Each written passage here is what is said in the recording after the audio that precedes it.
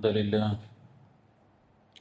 نحمده ونستعينه ونؤمن به ونتوكل عليه ونعوذ بالله من شرور أنفسنا ومن سيئات أعمالنا من يهده الله فلا مضل له ومن يضلله فلا هادي له وأشهد أن لا إله إلا الله وحده لا شريك له وأشهد أن محمدًا عبده ورسوله أرسله بالهدى ودين الحق ليظهره على الدين كله ولو كره المشركون اللهم صل على محمد وعلى آل محمد كما صليت على إبراهيم وعلى آل إبراهيم إنك حميد مجيد اللهم بارك على محمد وعلى آل محمد كما باركت على إبراهيم وعلى آل إبراهيم إنك حميد مجيد أعوذ بالله من الشيطان الرجيم يا أيها الذين آمنوا اتقوا الله حق تقاته ولا تموتن إلا وأنتم مسلمون بسم الله الرحمن الرحيم ما لكم لا ترجون لله وقارا وقد خلقكم أطوارا ألم تروا كيف خلق الله سبع سماوات طباقا أوصيكم وإياي أولا بتقوى الله സ്നേഹം നിറഞ്ഞ സത്യവിശ്വാസി വിശ്വാസിനികളെ സഹോദരി സഹോദരന്മാരെ അല്ലാഹു സുബ്ഹാനഹു വ തആലയുടെ വിധിവിലക്കുകൾ കഴിവിൻ്റെ പരമാവധി ജീവിതത്തിൻ്റെ എല്ലാ മേഖലകളിലും സൂക്ഷിച്ചു ജീവിക്കുവാൻ പ്രത്യേകം ശ്രമിക്കുകയും ശ്രദ്ധിക്കുകയും ചെയ്യണേ എന്ന് സ്വന്തത്തെ മറക്കാതെ ആമുഖമായി ഓർമ്മപ്പെടുത്തുകയാണ്, വസിയ്യത്ത് ചെയ്യുകയാണ്. അല്ലാഹു സുബ്ഹാനഹു വ തആല അവൻ ഇഷ്ടപ്പെടുന്ന മുഅ്മിനീങ്ങളുടെ മുത്തഖീങ്ങളുടെ കൂട്ടത്തിൽ നമ്മെ എവരെയും ഉൾപ്പെടുത്തി അനുഗ്രഹിക്കുമാറാകട്ടെ. പരിശുദ്ധ ഖുർആൻ സൂറത്തുൻ നൂഹ് 13, 14, 15 വചനങ്ങളാണ് ഓതി കേൾപ്പിച്ചിട്ടുള്ളത്. നൂഹ് നബി അലൈഹിസ്സലാത്തു വസ്സലാമിൻ്റെ പ്രബോധന ദൗത്യത്തെക്കുറിച്ച് സൂചനകൾ നൽകുന്ന, അതല്ല അതിനപ്പുറം വ്യക്തമായ ധാരണകൾ നമ്മുടെ മുമ്പിൽ നൂഹ് നബി അലൈഹിസ്സലാത്തു വസ്സലാമിനെ കുറിച്ച് പഠിപ്പിച്ചു തരുന്ന പരിശുദ്ധ ഖുർആനിലെ അധ്യായം. അതിൽ അല്ലാഹു സുബ്ഹാനഹു വ തആല അവനെക്കുറിച്ച് തന്നെ ഈ ലോകത്തുള്ള മനുഷ്യരോട് അല്ലാഹു സുബ്ഹാനഹു വ തആല ചോദിക്കുന്ന ഒരു ചോദ്യമാണ്. നൂഹ് നബി അലൈഹിസ്സലാത്തു വസ്സലാം അല്ലാഹുവിനെ കുറിച്ച് അവിടെയുള്ള ജനങ്ങളോട് ചോദിക്കുന്നതോടൊപ്പം തന്നെ അത് അവസാനത്തെ വേദഗ്രന്ഥമായ പരിശുദ്ധ ഖുർആനിൽ അല്ലാഹു സുബ്ഹാനഹു വ തആല എടുത്തുദ്ധരിക്കുന്നുവെങ്കിൽ ആ ഉദ്ധരണി ഖിയാമത്ത് നാൾ വരെ ജീവിക്കുന്ന മനുഷ്യർക്കും ബാധകമാണ് എന്നർത്ഥം. ബനൂ ഇസ്രായേലുകാരെ കുറിച്ച് പരിശുദ്ധ ഖുർആനിൽ നിയമങ്ങൾ പറയുമ്പോൾ ആ നിയമങ്ങൾ പരിശുദ്ധ ഖുർആനിലൂടെ എടുത്തുദ്ധരിക്കുമ്പോൾ അവിടെ പടച്ച റബ്ബിന്റെ കോപത്തിന് കാരണമായി കൊണ്ട് അള്ളാഹു എടുത്തുദ്ധരിച്ച കാരണങ്ങളെ പരിശുദ്ധ ഖുർആനിൽ വീണ്ടും എടുത്തുദ്ധരിക്കുമ്പോൾ അതേ കോപത്തിന്റെ കാരണങ്ങൾ ഖിയാമത്ത് നാൾ വരെ നിലനിൽക്കുന്ന മനുഷ്യർക്കും ബാധകമാണ് എന്നർത്ഥം. അതുകൊണ്ട് പരിശുദ്ധ ഖുർആൻ സൂറത്തുൻ നൂഹിൽ അല്ലാഹു സുബ്ഹാനഹു വ തആല ചോദിക്കുകയാണ്, വമാ മാലക്കും ലാ തർജൂന ലില്ലാഹി വഖാറാ. അല്ലയോ മനുഷ്യരെ, നിങ്ങൾ അല്ലാഹുവിന് എന്താണ് ഒരു ഗാംഭീര്യം കാണാത്തത്? പടച്ച റബ്ബിനെ നിങ്ങൾ എന്തുകൊണ്ടാണ് ഒരു ഗാംഭീര്യത്തോടു കൂടി അവനെ നിങ്ങൾ പഠിക്കാത്തത്, അറിയാത്തത്? അത് വെറും ഒരു റബ്ബല്ല. വഖദ് ഖലഖകും അത്വാറാ. ഈ ഭൂമി ലോകത്ത് ആരാധിക്കപ്പെട്ടുകൊണ്ടിരിക്കുന്ന സൃഷ്ടികളെ പോലെയല്ല പടച്ചവൻ. അല്ലാഹു സുബ്ഹാനഹു വ തആല ഗാംഭീര്യം പ്രതീക്ഷിക്കപ്പെടാൻ അർഹതയുള്ള സൃഷ്ടാവാണ്. വഖദ് ഖലഖകും അത്വാറാ. അവൻ നിങ്ങളെ ഘട്ടം ഘട്ടമായി സൃഷ്ടിച്ചവനാണ്. എത്രത്തോളം എന്ന് വെച്ചാൽ, ഒരു ചെറിയ പിഞ്ചു പൈതൽ നമ്മളൊക്കെ കരഞ്ഞാൽ, അഥവാ അറിഞ്ഞുകൊണ്ട് കരഞ്ഞാൽ, കരയേണ്ട സമയത്ത് കരഞ്ഞാൽ, പരിഹസിച്ച് കരയലല്ല, ഒരു ശരിയാവണ്ണം ഒരു വ്യക്തി കരയുമ്പോൾ അവന്റെ കണ്ണിൽ നിന്ന് കണ്ണുനീര് ധാരധാരയായി ഒഴുകും. പ്രത്യേകിച്ച് സഹോദരിമാരാണെങ്കിൽ അവരുടെ കണ്ണിൽ നിന്ന് കൊടുകുടാ കണ്ണുനീരൊഴുകും. എന്നാൽ നിങ്ങൾ ശ്രദ്ധിച്ചിട്ടുണ്ടോ, ഒരു ചെറിയ പിഞ്ചു പൈതലും മലർന്നു കിടന്ന് കരയുന്ന ഒരു കുഞ്ഞ്, ആ കുഞ്ഞ് എത്ര കരഞ്ഞാലും സാധാരണ നിരക്ക് ആ കുഞ്ഞിന്റെ കണ്ണുനീര് പുറത്തു വരാറില്ല. ഇപ്പൊ ഒന്ന് ആലോചിച്ച് നോക്കി നമ്മുടെ വീട്ടിലെ കുഞ്ഞിന്റെ അവസ്ഥ. ആ കുട്ടി ഇങ്ങനെ കരഞ്ഞുകൊണ്ടിരിക്കുമ്പോ നമ്മുടെ ചെറിയ കണ്ണുനീരൊക്കെ ഉണ്ടാകാം. അതല്ലാതെ കരയുന്നതിനനുസരിച്ച് ഒരു കണ്ണുനീര് ആ കുഞ്ഞിന്റെ കണ്ണിൽ നിന്ന് പുറത്തു വരുന്നില്ല. അതിന്റെ കാരണമെന്നറിയുമോ? കുഞ്ഞിന്റെ കണ്ണുനീര് കരയുന്ന കുഞ്ഞിന്റെ ദാഹജലമാക്കിയവനാണ് പടച്ചവൻ. ഇതെങ്ങനെ എനിക്ക് മനസ്സിലായതെന്നറിയോ? എന്റെ കുട്ടി കരയുമ്പോൾ വല്ലാതെ കണ്ണുനീര് വരുന്ന സമയത്ത് ഡോക്ടറെ കാണിക്കാൻ പോയി. അപ്പൊ ആ ഡോക്ടർ പറഞ്ഞത് എന്താ, ചെറിയ കുട്ടിയാകുമ്പോൾ കണ്ണിൽ നിന്ന് തൊണ്ടക്കുഴിയിലേക്ക് ഒരു ചെറിയ ഞരമ്പ് പോലെ, ഒരു ഹോസ് പോലെ ഒരു പൈപ്പുണ്ട് അത്ര. സുബ്ഹാനല്ലാഹ്. ആ പൈപ്പിലൂടെ ആ കരയുന്ന കുഞ്ഞിന്റെ കണ്ണുനീര് ദാഹജലമാക്കി ഇറക്കി കൊടുക്കുന്നവനാണ് പടച്ചവൻ. അതാണ് വഖദ് ഖലഖകും അത്വാറാ. അള്ളാഹു നിങ്ങളെ ഘട്ടം ഘട്ടമായിട്ടാണ് സൃഷ്ടിച്ചിട്ടുള്ളത്. അപ്പൊ ഘട്ടം ഘട്ടമായി നുത്ഫയിൽ നിന്ന് തുടങ്ങി ഗർഭപാത്രത്തിൽ ധാരാളം സംഭവങ്ങൾ നടക്കുന്നുണ്ട്.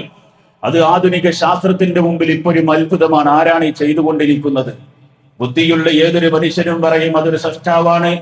കാരണം നടന്നു പോകുന്ന ഏതെങ്കിലും ഒരു സ്ഥലത്ത് ഒരു ചെറിയ ആണി കിടക്കുന്നത് കണ്ടാൽ ഒരാളും തന്നെ പറയില്ല അത് എവിടെ നിന്നോ വന്ന ഏതോ ഒരു ഇരുമ്പ് വെറുതെ ആണിയായതാണ് എന്ന് പറയില്ലല്ലോ.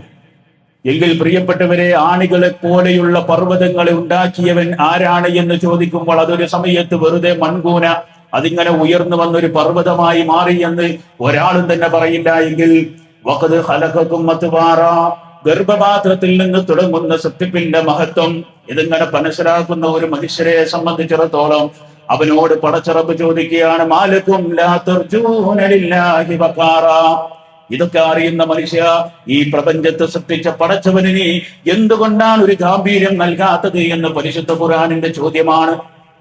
പരിശുദ്ധ ഖുർആനിന്റെ ചോദ്യമാണ്. അല്ലാഹു സുബ്ഹാനഹു വ തആലയെ നിങ്ങൾ അറിയേണ്ട മുറപ്രകാരം അറിയേണ്ടതില്ലേ? അതാണ് പരിശുദ്ധ ഖുർആൻ മറ്റൊരു സൂറത്ത് സുമറിന്റെ 67-ാമത്തെ വചനത്തിൽ പറഞ്ഞ് നമ്മൾ പലപ്പോഴും കേട്ടിട്ടുണ്ട്, വമാ ഖദറുല്ലാഹ ഹഖ ഖദ്രിഹി. അള്ളാഹുവിനെ മനസ്സിലാക്കേണ്ട മുറപ്രകാരം ഈ മനുഷ്യന്മാരിൽ പല ആളുകളും മനസ്സിലാക്കുന്നില്ല. അറിയേണ്ട രൂപത്തിൽ അറിയാത്തത് കൊണ്ട് ജാറത്തിന്റെ മുമ്പിൽ കുമ്പിടും.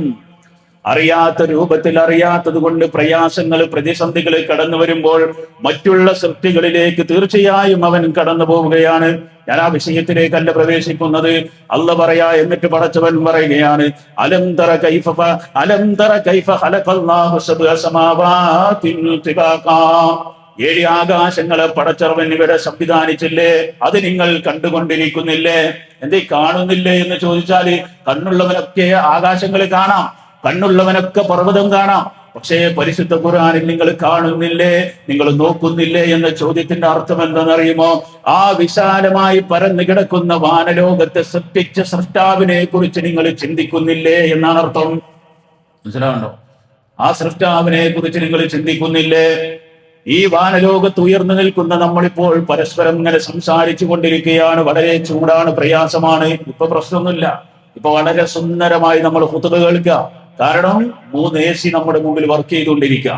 ഈ ഗ്ലാസിന്റെ അപ്പുറത്തിരിക്കുന്നവർക്ക് കുറച്ച് ചൂട് അധികം ഉണ്ടാവും, അതിന്റെയും പുറത്തിരിക്കുന്നവർക്ക് കൂടുതൽ ചൂടാ. റോട്ടിലേക്ക് ഇറങ്ങിയാൽ അതിനേക്കാളും വലിയ ചൂടാ. അതുകൊണ്ട് ഇതിന്റെ ഉള്ളിലിരിക്കുന്നവരും പുറത്തിരിക്കുന്നവരും ഏറ്റവും പുറത്തിരിക്കുന്നവരും തമ്മിൽ വ്യത്യാസമുണ്ട്. അപ്പോൾ ചൂടിനെ കുറിച്ചാണ് സംസാരം. ഈ ചൂട് വെറുതെ ഉണ്ടായതല്ലല്ലോ. അല്ലാഹു സുബ്ഹാനഹു വ തആല ഓർമ്മപ്പെടുത്തുകയാണ് സൂര്യനെ കുറിച്ച് ചിന്തിക്കാൻ വേണ്ടി. ചില ഭാഗങ്ങൾ ഇങ്ങനെ ഓർമ്മപ്പെടുത്തി പോകുവാനാണ് ഞാൻ ആഗ്രഹിക്കുന്നത്. അല്ലാഹ് പറഞ്ഞു, സൂര്യൻ നിങ്ങൾ ചിന്തിക്കാൻ മാത്രം വലിയ ദൃഷ്ടാന്തമാണ്. ഇവിടെ കത്തിച്ചൊലിച്ചു കൊണ്ടിരിക്കുന്ന സൂര്യനും ചന്ദ്രനുമുണ്ട്. ശാസ്ത്രം എന്ന് പറയപ്പെടുന്ന സയൻസ് എന്ന വേർഡ് ഉണ്ടാകുന്നതിന്റെ മുമ്പ്, മനുഷ്യരുണ്ടാകുന്നതിന് മുമ്പ്, ഈ പ്രപഞ്ചം ഉണ്ടാകുമ്പോൾ തന്നെ സൂര്യനെ പടച്ചിറപ്പ് സംവിധാനിച്ചിട്ടുണ്ട്. അല്ലാഹ് പറയാ, വജഅലൽ ഖമറ ഫീഹിന്ന നൂറാ വജഅല ശംസ സിറാജാ. സൂര്യനെയും ചന്ദ്രനെയും എടുത്തുദ്ധരിക്കുകയാണ്. വജഅലൽ ഖമറ ഫീഹിന്ന നൂറാ, ചന്ദ്രനിൽ അല്ലാഹു പ്രകാശത്തെയാണ് ഉൾപ്പെടുത്തിയിട്ടുള്ളത്. അതേ സമയത്ത് വജഅല ശംസ സിറാജാ, എന്നാൽ സൂര്യനെ പടച്ചിറപ്പ് ഒരു സിറാജാക്കി മാറ്റി. ഇവിടെ വെച്ച് നമ്മളിത് പഠിക്കണം, ഖുതുബയിൽ നിന്ന് പഠിക്കണം. സഹാബിമാര് ഖുതുബ പഠിക്കാൻ വേണ്ടിയിട്ട് ഉപയോഗപ്പെടുത്തിയത്. ഉറക്കം ശക്തമല്ലാത്ത ആരും തന്നെ കണ്ണു ചിമ്മരുത്. ആരെയും കുറിച്ചല്ല ഓർമ്മപ്പെടുത്തുന്നത്. ശക്തമായ ഉറക്കം, ഇതുവരെ ജോലി ചെയ്ത് പ്രയാസപ്പെട്ട് വന്നിരിക്കുക, അതുകൊണ്ട് ഞാൻ അറിയാതെ കണ്ണടഞ്ഞു പോകുന്നുവെങ്കിൽ അത് നമ്മുടെ പ്രശ്നമല്ല. നേരെ മറിച്ച് ഉറങ്ങാൻ വേണ്ടി ഒരാളും ഖുത്ബക്ക് വരരുത്. പല ആളുകളും തന്നെ ആദ്യം തന്നെ ഒരു സീറ്റ് പിടിക്കും, എന്നിട്ട് ഒരു മണിക്കൂർ ഏകദേശം ഉറങ്ങാൻ കണ്ടുവരും. ഞാൻ ആദ്യം പലപ്പോഴും ഇവിടെ ഖുത്ബക്ക് വരാറില്ല. ഞാൻ സ്ഥിരമായ ഒരു പള്ളിയിൽ ഖുത്ബ നിർവഹിക്കുന്ന വ്യക്തിയാണ്. അതുകൊണ്ട് വ്യക്തിപരമായി എനിക്ക് ഒരാളെയും അറിയില്ല, കാര്യം പറയുന്നു എന്ന് മാത്രം. അതുകൊണ്ട് ഉറങ്ങാനായി നമ്മൾ പള്ളിയിലേക്ക് വരരുത്. ഇപ്പൊ ആരും ഉറങ്ങണമെന്നില്ല, പക്ഷെ ഓർമ്മപ്പെടുത്തുകയാണ്. അതുകൊണ്ട് പ്രിയപ്പെട്ടവരെ, അന്ന് പറയാ ചന്ദ്രനിൽ അല്ലാഹു പ്രകാശം നിറക്കുകയാണ്. അതേ സമയത്ത് സൂര്യനെ അവനൊരു വിളക്കാക്കി മാറ്റി. രണ്ട് പദമാണ്, ഒന്ന് നൂറാണ്, മറ്റൊന്ന് സിറാജാണ്. നൂർ എന്ന് പറഞ്ഞാൽ ഒരു പ്രകാശം ഒരു കണ്ണാടിയിൽ തട്ടി പ്രതിഫലിക്കുന്നതിനെയാണ് നൂർ എന്ന് പറയുന്നത്. അതേ സമയത്ത് സിറാജ് എന്ന് പറയുന്നത് ആ സ്വമേധയാ അത് കത്തിക്കൊണ്ടിരിക്കുകയാണ്. അതായത് സയൻസ് എന്ന് പറയപ്പെടുന്ന ആ ഒരു ടേം ലോകം പരിചയപ്പെടുന്നതിന് മുമ്പ് തന്നെ ഈ ലോകത്ത് സൂര്യനുമുണ്ട്, ചന്ദ്രനുമുണ്ട്. അതിന്റെ മുമ്പ് തന്നെ പരിശുദ്ധ ഖുർആൻ ഇറക്കപ്പെട്ടിട്ടുണ്ട്. അതിനൊക്കെ ശേഷമാണ് ഇതിനെക്കുറിച്ചുള്ള പഠനശാഖകൾ വന്നിട്ടുള്ളത്. എന്നാൽ അവർ ഇപ്പോൾ പ്രഖ്യാപിക്കുകയാണ്, സൂര്യൻ സ്വമേധയാ കത്തുകയും സൂര്യനിൽ നിന്ന് വരുന്ന ആ ഒരു ലൈറ്റിനെ സ്വീകരിച്ച് അത് രാത്രി നമുക്ക് പ്രകാശമായി തോന്നുകയാണ് എന്നത് ചന്ദ്രനെ കുറിച്ച് പഠിപ്പിക്കപ്പെടുമ്പോൾ അത് പരിശുദ്ധ ഖുർആൻ മുമ്പേ തന്നെ ഓർമ്മപ്പെടുത്തിയതാണ്. അതേ സമയത്ത് സൂര്യനെ പടച്ച സിറാജ് ആക്കിയിട്ടുണ്ട്. സിറാജ് എന്ന് ഭാഷാർത്ഥത്തിൽ നമ്മൾ വിളക്കിന് പറയും. സാധാരണ നമ്മൾ മണ്ണെണ്ണ വിളക്കൊക്കെ ഉണ്ട് പണ്ട് കത്തിച്ചിരുന്നേ, അതിനാണ് സിറാജ് എന്നൊക്കെ പറയാ. ഏതായിരുന്നാൽ അത് സ്വമേധയാ കത്തുക. സൂര്യൻ അതിന്റെ ഹീലിയം ഉപയോഗപ്പെടുത്തി അതിങ്ങനെ സ്വമേധയാ കത്തുമ്പോൾ അതിൽ നിന്ന് പുറത്തു വരുന്ന അതിൽ പ്രകാശത്തെ സ്വീകരിച്ച് രാത്രി നമുക്ക് ചന്ദ്രൻ പ്രകാശിക്കുന്നതായി തോന്നുകയാണ്. അതുകൊണ്ട് രാത്രി ചൂടില്ല, കാരണം ഒന്നിന്റെ പ്രകാശത്തെ സ്വീകരിച്ചിട്ട് അത് വിടുകയാണ്. എന്നാൽ പകല് ചൂടാണ്, കാരണം സൂര്യനെ നമ്മൾ കണ്ടുകൊണ്ടിരിക്കുന്നു, അനുഭവിച്ചു കൊണ്ടിരിക്കുന്നു. ആ ചൂട് നമ്മൾ ഇവിടെ അനുഭവിക്കുക. എത്ര കിലോമീറ്റർ അപ്പുറത്താണ് സൂര്യനുള്ളത്? എത്ര കിലോമീറ്റർ അപ്പുറത്താ? സൂര്യനെ കുറിച്ച് പറയുന്നത് 15 കോടി കിലോമീറ്റർ അപ്പുറത്താ. 15 കോടി കിലോമീറ്റർ അപ്പുറത്താ. ചന്ദ്രൻ എന്ന് പറയുന്നത് വളരെ അടുത്താണ് ചന്ദ്രൻ എന്ന് പറയുന്നത്. പക്ഷെ സൂര്യനുള്ളത് 15 കോടി കിലോമീറ്റർ അപ്പുറം. ഇവിടെ തലപ്പാടിയിൽ നിന്ന് കന്യാകുമാരി വരെ അല്ലെങ്കിൽ തിരുവനന്തപുരം വരെ യാത്ര ചെയ്യുന്നവൻ ഒരു യാത്രയിൽ 570 കിലോമീറ്ററാണ് പോകുന്നത്. 570 കിലോമീറ്റർ, 1000 എത്തുന്നില്ല. അങ്ങനെയുള്ള 15 കോടി കിലോമീറ്റർ അപ്പുറമുള്ള സൂര്യൻ, ആ സൂര്യന്റെ ചൂടാണ് നമുക്ക് സഹിക്കാൻ പറ്റാത്തത്. അതുകൊണ്ടാണ് പരിശുദ്ധ ഖുർആനിൽ നബി സല്ലല്ലാഹു അലൈഹി വസല്ലം അദ്ദേഹത്തിന്റെ ചരിത്രത്തിൽ കാണാം, തബൂക്ക് യുദ്ധവുമായി ബന്ധപ്പെട്ടുകൊണ്ടാണെന്ന് ഞാൻ മനസ്സിലാക്കുന്നു. അവിടെയുള്ള ചൂട്, അതിശക്തമായ ചൂടിൽ സൈന്യം പുറപ്പെടുന്ന സമയത്ത് മുനാഫിക്കുകൾ പറഞ്ഞു, ഈ ചൂടത്ത് നിങ്ങൾ എന്തിനാണ് സൈന്യത്തിന്റെ കൂടെ പോകുന്നത്? മുനാഫിക്കുകൾ പരസ്പരം സംസാരിക്കുക. പരിശുദ്ധ ഖുർആൻ ആയത്തിറങ്ങുകയാണ്, ഖുൽ നാറു ജഹന്നമ അശദ്ദു ഹർറാ. ഈ ഭൂമി ലോകത്ത് കത്തിക്കൊണ്ടിരിക്കുന്ന സൂര്യന്റെ 15 കോടി കിലോമീറ്റർ അപ്പുറത്തുള്ള സൂര്യന്റെ ചൂട് സഹിക്കാൻ പറ്റുന്നില്ലെങ്കിൽ ഖുൽ നാറു ജഹന്നമ അശദ്ദു ഹർറാ. നാളെ പരലോകത്ത് അല്ലാഹു സംവിധാനിക്കുന്ന നരകത്തിന്റെ ചൂട് അത് ഇതിനേക്കാൾ എത്രയോ ശക്തമാണ്. അതുകൊണ്ട് സ്വഹാബിമാര് തബൂക്കിലേക്ക് അവരുടെ പച്ചയായ ശരീരവുമായി ഇറങ്ങിപ്പോവുകയാണ്. ഈ 15 കോടി അപ്പുറത്തുള്ള സൂര്യനെ കുറിച്ച് ആധുനിക ശാസ്ത്രം പഠിപ്പിക്കുന്ന ചില കാര്യങ്ങളുണ്ട്. അത്ഭുതപ്പെട്ടു പോകും. ഈ പ്രപഞ്ചത്തിലുള്ള യാഥാർത്ഥ്യങ്ങളെ പഠിക്കുമ്പോൾ ഇവയെ സൃഷ്ടിച്ച സത്താവിനെ കുറിച്ച് കൃത്യമായ ഒരു ധാരണ നമ്മിലേക്ക് കടന്നു വരും. ഇല്ല, ഇപ്പൊ അടുത്തൊരു ഫേസ്ബുക്കില് ഇതുമായി ബന്ധപ്പെട്ട ഒരാൾ കമന്റ് ഇട്ടപ്പോൾ പറഞ്ഞു, സൂര്യൻ ചലിക്കുന്നില്ല, സൂര്യൻ അവിടെ നിൽക്കുകയാണ്. പിന്നെ രാവും പകലും ഒക്കെ ഉണ്ടാകുന്നത് ഭൂമിയുടെ കറക്കം കൊണ്ടാണ്. ശരി, ഭൂമിയുടെ കറക്കത്തിന് ഒരു പ്രത്യേകതയുണ്ട്. ഭൂമി 2 രൂപത്തിലാണ് കറങ്ങുന്നത്. ഇതൊക്കെ ആരാ സംവിധാനിച്ചത്? പ്രിയപ്പെട്ടവരെ, നിങ്ങളൊന്ന് ആലോചിച്ചു നോക്കണം. പരിശുദ്ധ ഖുർആനില് ഒരായത്തുണ്ട്, ഈ വമാ ഖദറുല്ലാഹ ഹഖ ഖദരിഹി. ഇതുമായി ബന്ധപ്പെട്ട് ഞാനിങ്ങനെ നോട്ട്സ് തയ്യാറാക്കുന്ന സമയത്ത് എന്റെ മനസ്സിലേക്ക് വന്ന ഒരു അത്ഭുതമാണ്. ആ ആയത്തെന്താ നിങ്ങൾ വീട്ടിൽ പോയി പരിശോധിക്കണം. സൂറത്തുൽ സുമറിന്റെ 67-ാമത്തെ വചനമാണ്. സൂറത്തുൽ സുമറിന്റെ 67-ാമത്തെ വചനം. അതിൽ അല്ലാഹു പറയാ, വമാ ഖദറുല്ലാഹ ഹഖ ഖദരിഹി. അല്ലാഹുവിനെ കണക്കാക്കേണ്ട പ്രകാരം അവർ കണക്കാക്കിയിട്ടില്ല. എന്നിട്ട് പടച്ചവൻ പറയുന്ന ഒരു വാചകം ഉണ്ടെന്നറിയോ? വല്ലർളു ജമീഅൻ ഖബ്ലതുഹു യൗമൽ ഖിയാമ. ഖിയാമത്ത് നാളിൽ ഈ ഭൂമിയെല്ലാം തന്നെ അള്ളാഹുവിന്റെ ഒരു കൈപ്പിടിയിലായിരിക്കും. അള്ളാഹുവിന്റെ കൈപ്പിടി എന്ന് പറയുമ്പോൾ നമ്മുടെ കൈ എന്ന രൂപത്തിൽ പറയണ്ട, അതൊരു ഭാഷാ അർത്ഥം മാത്രമാണ്. റബ്ബിന് യോജിച്ച രൂപത്തിൽ പടച്ചവന് കൈകളുണ്ട്, അള്ളാഹുവിന് മുഖമുണ്ട്, അള്ളാഹു ചിരിക്കും, അള്ളാഹുവിന് ദേഷ്യമുണ്ട്. അതെല്ലാം തന്നെ പടച്ച റബ്ബിന്റെ ഏറ്റവും നല്ല രൂപത്തിൽ അനുയോജ്യമായ രൂപം. ഒരാളെയും കയ്യിനെ പോലെ നമുക്ക് പറയാൻ പറ്റൂല. കാരണം അള്ളാഹുവിനെ പോലെ ലോകത്ത് വേറൊന്നുമില്ല. ഏതായിരുന്നാലും ഖിയാമത്ത് നാളിലേക്ക് കടന്നു വരുമ്പോൾ ഭൂമി ഒരു കൈപ്പിടിയിൽ ഒതുങ്ങുന്ന രൂപത്തിലായിരിക്കും കൊണ്ടുവരപ്പെടുക. അതുപോലെ തന്നെ ആകാശങ്ങളെ അവൻ വലതു കൈയിൽ അവൻ ചുരുട്ടി പിടിച്ചിരിക്കും. സുബ്ഹാനല്ലാഹ്, വലതു കൈയിൽ ചുരുട്ടി പിടിച്ചിരിക്കും. സുബ്ഹാനഹു വ തആല അമ്മാ യുശ്രികൂൻ. ശിർക്ക് ചെയ്യുന്ന മനുഷ്യന്മാരിൽ നിന്നും ശിർക്കിൽ നിന്നും അല്ലാഹു എത്രയോ പരിശുദ്ധവാനാണ്. ഇനി നിങ്ങൾ നോക്കി, നമ്മളിപ്പോ ഈ വിശാലമായ പള്ളിയിൽ ഇരിക്കുന്നുണ്ട്, അതുപോലെ തന്നെ ധാരാളക്കണക്കിന് സ്ഥലങ്ങൾ ഈ ഭൂമിയിലുണ്ട്. എന്നാൽ ഈ ഭൂമിയും നമ്മൾ കാണുന്ന സൂര്യനും കമ്പയർ ചെയ്താൽ ഈ ഭൂമിന്റെ വലിപ്പം എത്ര അറിയോ? എത്ര വലിപ്പ? 13.5 ലക്ഷം ഭൂമിയെ കൊണ്ടുപോയി സൂര്യനിൽ നിറക്കാം. 13.5 ലക്ഷം ഭൂമിയെ കൊണ്ടുപോയി സൂര്യനിൽ ഇട്ടുകൊടുക്കാം. അത്രയും വിശാലമാണ് സൂര്യൻ. അപ്പൊ സൂര്യനിൽ വെച്ച് നോക്കുമ്പോൾ ഈ ഭൂമി എന്ന് പറയുന്നത് ഒരു മൊട്ടു സൂര്യന്റെ അത്ര ഉള്ളു. അപ്പോൾ ഇതിനെ പടച്ചറബ് പറയാ ഖിയാമത്ത് നാളിൽ അല്ലാഹു ഇതിങ്ങനെ പിടിക്കുമെന്ന് പറഞ്ഞാൽ പടച്ചവനെ സംബന്ധിച്ചിടത്തോളം അതൊരു പ്രശ്നേ അല്ല. കാരണം എന്താ പറയുക, അവന്റെ കാൽപാദം വെക്കുന്ന പീഠം പോലും അതെല്ലാം തന്നെ ഈ ഭൂമിയെ, ഈ പ്രപഞ്ചത്തെ വിശാലമാക്കുക. കുർസിയും അർശും തമ്മിൽ വ്യത്യാസമുണ്ട്. ഞാൻ ഇങ്ങനെ കമ്പയർ ചെയ്ത് പോകണമെന്നറിയോ? ഇത് പടച്ച റബ്ബിന്റെ മഹത്വം അറിയാൻ വേണ്ടിയിട്ടാണ്. കുർസിയും അർശും തമ്മിലുള്ള വ്യത്യാസം, അർശ് എന്ന് പറയുന്നത് റബ്ബിന്റെ സിംഹാസനമാണ്. അഥവാ അത് മലയാളത്തിൽ അങ്ങനെ പറയാൻ പറ്റും. അർശ് അത് കണ്ടാലേ സുബ്ഹാനല്ലാഹ് അതിന്റെ വലിപ്പം അറിയുള്ളൂ. കുർസി എന്ന് പറഞ്ഞാൽ അവന്റെ കാൽപാദം വെക്കുന്ന പീഠമാണ്.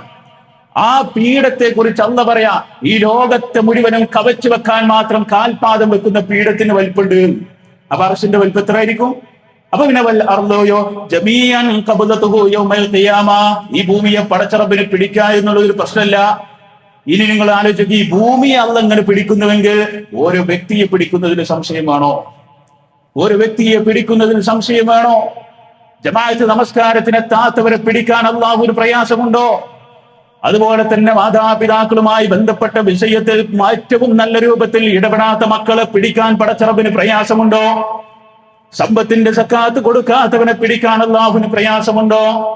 ഭാര്യയെ കല്യാണം കഴിച്ച് കൊണ്ടുവന്നിട്ട് അവളെ മര്യാദക്ക് നോക്കാത്ത മനുഷ്യനെ പിടിക്കാൻ പടച്ച റബ്ബിന് പ്രയാസമുണ്ടോ? മക്കൾക്കിടയിൽ വേർതിരിവ് കാണിക്കുന്ന ഉപ്പയെയും ഉമ്മയെയും പിടിക്കാൻ അല്ലാഹുവിന് പ്രയാസമുണ്ടോ? ജോലിയിൽ വഞ്ചന നടത്തുന്നവനെ പിടിക്കാൻ അല്ലാഹുവിന് പ്രയാസമുണ്ടോ? ഒന്നിനും പ്രയാസമല്ല. ഈ പ്രപഞ്ചം നമ്മളിങ്ങനെ കാണും, 10 സെന്റിന് വേണ്ടി അടികൂടും.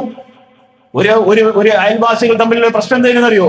അവര് മറ്റൊരു കിണറ്റിൽ നിന്ന് ചൂടുകാലത്ത് തന്റെ വീട്ടിലേക്ക് ഒരു പൈപ്പ് ലൈന് ഈ അയൽവാസിയുടെ തൊടിയിലൂടെ കൊണ്ടുപോകട്ടെ എന്ന് ചോദിച്ചു. ഈ മനുഷ്യൻ സമ്മതിച്ചില്ല.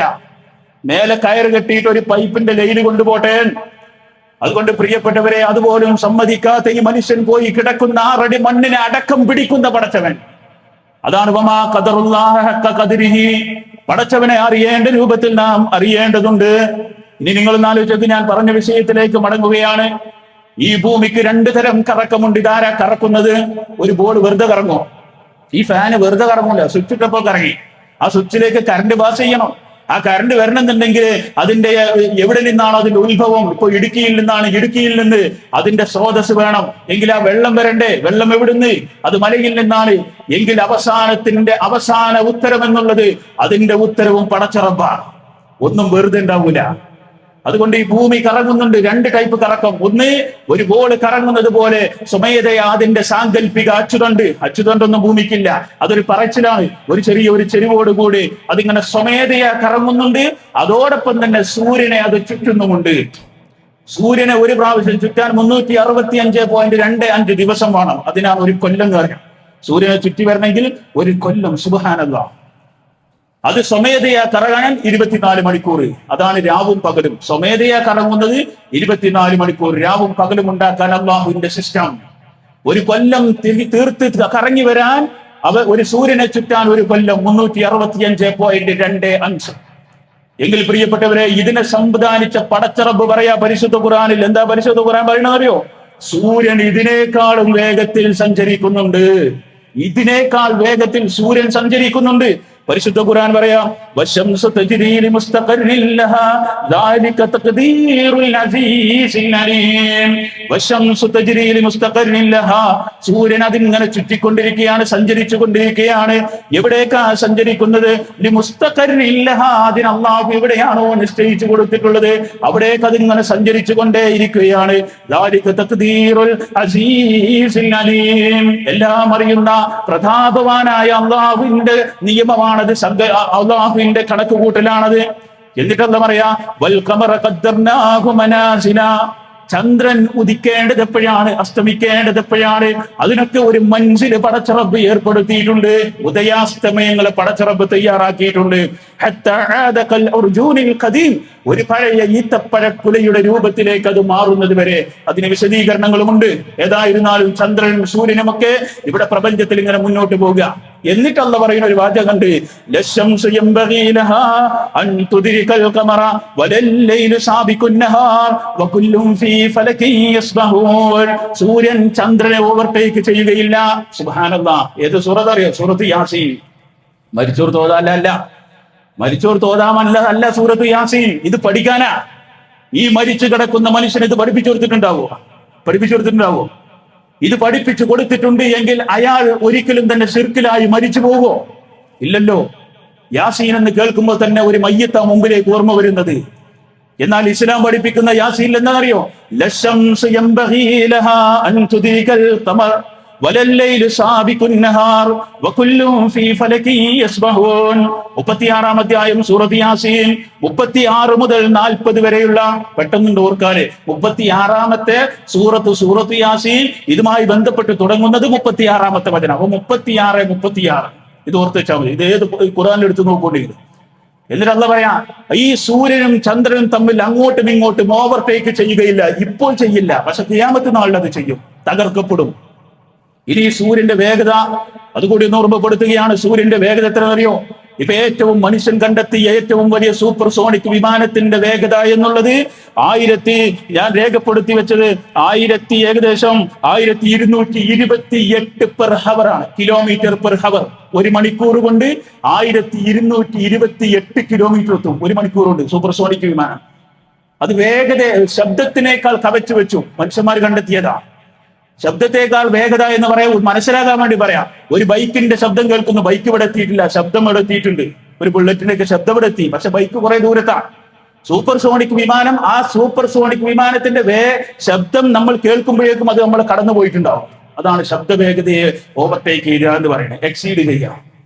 മനുഷ്യന്മാര് കണ്ടെത്തിയ ഒരു കാറുണ്ട്, USS എന്ന് പറയപ്പെടുന്ന ഒരു കാറ്. ആ കാറിന്റെ വേഗത മണിക്കൂറിൽ 1220 അതിലെ 10 കിലോമീറ്റർ കുറവാണ് ഈ സൂപ്പർ സോണിക് വിമാനത്തേക്കാൾ. ഞാനിത് പറഞ്ഞതറിയോ? കാറിന്റെ ഈ സൂപ്പർ സോണിക് വിമാനത്തിന് പരസ്യത്തിനല്ല. ഇനി നിങ്ങൾ നോക്കി, ഈ സൂര്യന്റെ വേഗത ശാസ്ത്രം തെളിയിച്ചെത്രയോ? ഒരു സെക്കൻഡിൽ 220 കിലോമീറ്റർ. ഒരു സെക്കൻഡിൽ 220 കിലോമീറ്റർ സൂര്യൻ ചലിക്കാണ്.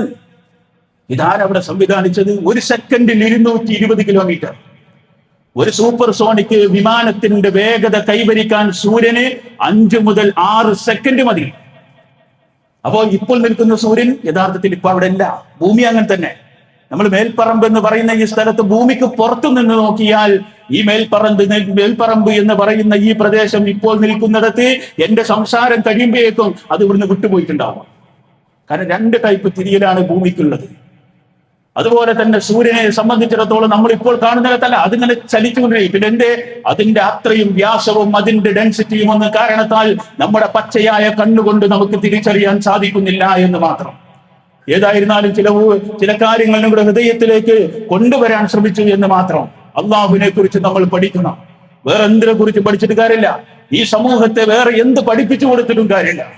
ബാക്കിയൊക്കെ അതിന്റെ പിറകിലാണ്. ഈ സമൂഹത്തെ പഠിപ്പിച്ചു കൊടുക്കേണ്ടത് പടച്ചവൻ റബ്ബിനെ കുറിച്ച് പഠിപ്പിക്കണം. അതിന് നല്ല നല്ല ക്ലാസുകൾ നമ്മൾ തയ്യാറാക്കണം. അതിനുവേണ്ടി നമ്മൾ മുന്നിട്ടിറങ്ങണം. എന്നിട്ട് ആളുകളെ പഠിപ്പിച്ചു കൊടുക്കണം. എങ്കിൽ ഒരു കയ്യും തന്നെ പടച്ച റബ്ബിനെ വിട്ട് ഒരു ശൈഖിലേക്കും ഒരു ബീവിയിലേക്കോ ഒരു ജാറത്തിലേക്കും പുറപ്പെടുകയില്ല. ഒരു കയ്യും പോകില്ല, ഒരു മനസ്സും പോകില്ല, ഒരു ചിന്ത പോലും പോകില്ല. എല്ലാം പടച്ച റബ്ബുമായി ബന്ധപ്പെട്ട് നിൽക്കുന്ന വിഷയത്തിൽ ചിന്തയുണ്ടായിരിക്കും. അതുകൊണ്ട് പ്രിയപ്പെട്ടവരെ, നമ്മെ സംബന്ധിച്ചിടത്തോളം ഇത് നമ്മുടെ ഉത്തരവാദിത്തമാണ്. ഇത് ഉത്തരവാദിത്വം. നമ്മുടെ ബൈക്കിൽ ഒരാൾ കയറിയാൽ അവന്റെ വീട്ടിലുള്ള സകല കാര്യങ്ങളും നമ്മൾ ചോദിക്കും. പെൺകുട്ടികളെ കെട്ടിക്കാനുള്ളതും കെട്ടിച്ച കുട്ടികളുടെ സുഖസൗകര്യം ഒക്കെ ചോദിക്കും.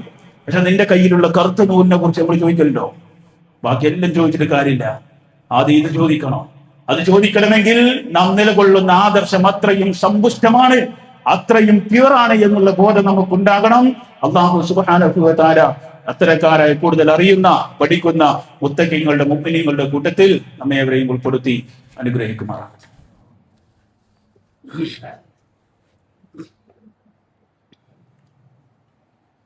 അൽഹംദുലില്ലാഹ് വസ്സലാത്തു വസ്സലാമു അലാ റസൂലില്ലാഹ് വഅലാ ആലിഹി വസ്ഹബിഹിൽ ഫായിദിന ബില്ലാഹ് അമ്മാ ബഅദ്. ഉസീകും വയ്യായ സാനിയം ബിത്തഖ്വല്ലാഹ്. അല്ലാഹു സുബ്ഹാനഹു വ തആലയെ സൂക്ഷിച്ച് ജീവിക്കണമെന്ന് ഒരിക്കൽ കൂടി ഓർമ്മപ്പെടുത്തുകയാണ്, ഉപദേശിക്കുകയാണ്. അല്ലാഹു സുബ്ഹാനഹു വ തആല അവനെ അറിയണമെങ്കിൽ അവൻ്റെ ഈ ഭൂമിയിലേക്കും പ്രപഞ്ചത്തിലേക്കും നോക്കണമെന്നുള്ളത് പരിശുദ്ധ ഖുർആനിൻ്റെ വചനമാണ്. ഇന്ന ഫീ ഖൽഖിസ് സമാവാതി വൽ അർദി വഖ്തിലാഫിൽ ലൈലി വൻ നഹാർ എന്ന പരിശുദ്ധ ഖുർആനിൻ്റെ വചനത്തിൽ അല്ലാഹ് പറയുന്നത് ഈ പ്രപഞ്ചത്തിലേക്ക്, മൊത്തത്തിൽ പറഞ്ഞാൽ ഈ പ്രപഞ്ചത്തെക്കുറിച്ച് നിങ്ങളൊന്ന് പഠിക്കുക. നമ്മളെല്ലാവരും തന്നെ പഠനം, ശാസ്ത്രം, അതുപോലെ തന്നെ സയൻസ് എന്നൊക്കെ പറയുമ്പോൾ അത് കൊണ്ടുപോയി ഒരു ഇംഗ്ലീഷുകാരൻ്റെ പിറകിൽ കെട്ടിക്കൊടുക്കും. അത് മഹാ അബദ്ധമാണ്. നിങ്ങൾ യൂട്യൂബ് സെർച്ച് ഹിസ്റ്ററി ഒക്കെ കുറച്ചൊക്കെ ഇസ്ലാമിത്യത്തിലേക്ക് മാറണം. ഈ ഷോർട്സും റീൽസും ഒക്കെ കണ്ടിരിക്കുന്നതിന് പകരം ഒരു ദിവസം ഒരു മണിക്കൂർ, 1.5 മണിക്കൂർ, അല്ലെങ്കിൽ കുറച്ച് സമയങ്ങളിൽ നമ്മൾ ഇസ്ലാമുമായി ബന്ധപ്പെട്ട് കുറച്ച് കാര്യങ്ങൾ പഠിക്കാൻ ശ്രമിക്കാം. മാത്സ് ആണെങ്കിലും സയൻസ് ആണെങ്കിലും ഹിസ്റ്ററി ആണെങ്കിലും ഒക്കെ ഇതിൻ്റെയൊക്കെ ബേസ് ആയിട്ടുള്ള എല്ലാ കിതാബുകളും ഉള്ളത് അറബിയിലാണ്. ചിലപ്പോൾ ഇത് കേൾക്കുമ്പോൾ അത്ഭുതം ഉണ്ടാവും. അറേബ്യൻ ഉപഭൂഖണ്ഡത്തിൽ ജനിച്ച് വളർന്ന് മരിച്ചുപോയ മുസ്ലിം ശാസ്ത്രകാരന്മാരാണ് ലോകത്തിന് ശാസ്ത്രം പരിചയപ്പെടുത്തി കൊടുത്തത്. പിന്നെ എന്തേ ഇതൊക്കെ ഇംഗ്ലീഷിലേക്ക് മാറ്റപ്പെട്ടത്? അതിനാണ് ഹൈജാക്ക് എന്ന് പറയാം. മീഡിയകൾ ഉപയോഗപ്പെടുത്തി. നമ്മൾ ഇതാരും കേട്ടിട്ടുണ്ടാവില്ല. കുറെ ആളുകൾ ഇത് കേൾക്കാത്ത അത്ഭുതമായിരിക്കും. അത് കേൾക്കാതെ പോയത് അത് ജോഗ്രഫി ആണെങ്കിലും അതുപോലെ തന്നെ അൽഖരിതമാണെങ്കിലും അൽജിബ്രയാണെങ്കിലും, അൽജബർ എന്ന പദത്തിൽ നിന്നാണ് അത് അൽജിബ്ര എന്ന് വന്നിട്ടുള്ളത്. അൽജിബ്ര നമ്മൾ കുട്ടികൾ കേട്ടു, അൽജബർ എന്ന പദം കേട്ടിട്ടില്ല. അൽജിബ്ര എന്നുള്ളത് അല്ലിൽ നിന്ന് തുടങ്ങുന്ന അറബി പദ. അതിനാണ് ഹൈജാക്ക് എന്ന് പറയുന്നത്. അപ്പൊ ഇതിനെന്ത് പകരം നമ്മൾ പഠിക്കണം. അല്ലാഹു സുബ്ഹാനഹു വ തആല കൂടുതൽ പഠിക്കുന്ന യഥാർത്ഥ മുത്തഖീങ്ങളുടെ കൂട്ടത്തിൽ നമ്മേവരെയും ഉൾപ്പെടുത്തി അനുഗ്രഹിക്കുമാറാകട്ടെ. സാധാരണ നമ്മുടെ പള്ളിയിൽ നടക്കുന്ന പിരിവ് ആദ്യത്തെ വെള്ളിയാഴ്ച സാധു സംരക്ഷണവുമായി ബന്ധപ്പെട്ടതാണ്. നിങ്ങളെ കൊണ്ട് കഴിയുന്ന രൂപത്തിൽ ഒരാളെ നിർബന്ധിക്കേണ്ട ആവശ്യമില്ല. അള്ളാഹുവിന്റെ മാർഗത്തിൽ കൊടുക്കാൻ നമ്മൾ തയ്യാറാകും. ബാക്കി നമ്മൾ എത്ര എടുത്തു വെച്ചാലും ഒരു വാക്ക് മാത്രം അതിൽ സൂചിപ്പിക്കാം. ഈ സ്വതക്കനെ കുറിച്ച് പറയുമ്പോൾ പല ആളുകൾക്കും അത് കേൾക്കാൻ തന്നെ പ്രയാസമായിരിക്കും. എല്ലാവർക്കും അല്ല, കുറച്ചാളുകൾ. പക്ഷെ ഒരു കാര്യം മനസ്സിലാക്കുക, നമുക്ക് കോടിക്കണക്കിന് ഉറുപ്പ്യുണ്ട്, നമ്മൾ മരിച്ചു, ആ സ്വത്ത് പിന്നെ നമ്മൾതല്ല. ശരിക്കും മനസ്സിലായിക്കോ, ആ സ്വത്ത് നമ്മൾതല്ല. അത് പിന്നെ അവന്റെ അനന്തരാവകാശികളുടെ സ്വത്താണത്. നമുക്കതിൽ നിന്ന് കിട്ടുന്നത് അറിയോ?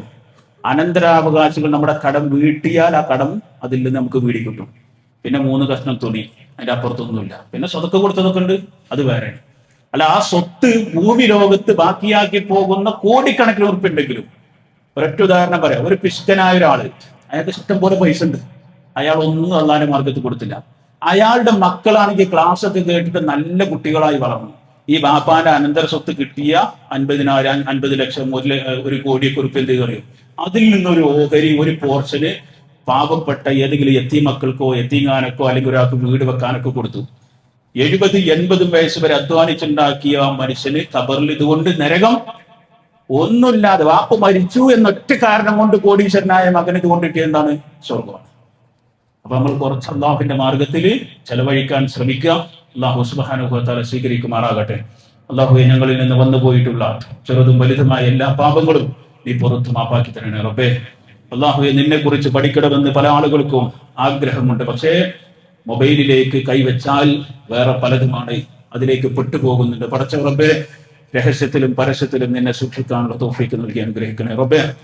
ഞങ്ങളിൽ നിന്ന് വന്നു പോയിട്ടുള്ള ചെറുതും വലുതുമായ എല്ലാ പാപങ്ങളെ പുറത്ത് മാപ്പാക്കി തരണേ റബ്ബേ. അല്ലാഹുവേ, ഞങ്ങളിൽ നിന്ന് മരണപ്പെട്ടു പോയ മാതാപിതാക്കൾ, ജ്യേഷ്ഠ സഹോദരി സഹോദരന്മാർ, അല്ലാഹുവേ, അവരെയും ഞങ്ങളെയും നിന്റെ ജന്നാത്തുൽ ഫിർദൗസിൽ ഒരുമിച്ച് കൂട്ടി അനുഗ്രഹിക്കണേ റബ്ബേ. اللهم اغفر للمؤمنين والمؤمنات والمسلمين والمسلمات الأحياء منهم والأموات إنك مجيب دعوات وقاضي الحاجات. ربنا آتنا في الدنيا حسنة وفي الآخرة حسنة وقنا عذاب النار. آمين آمين آمين برحمتك يا أرحم الراحمين.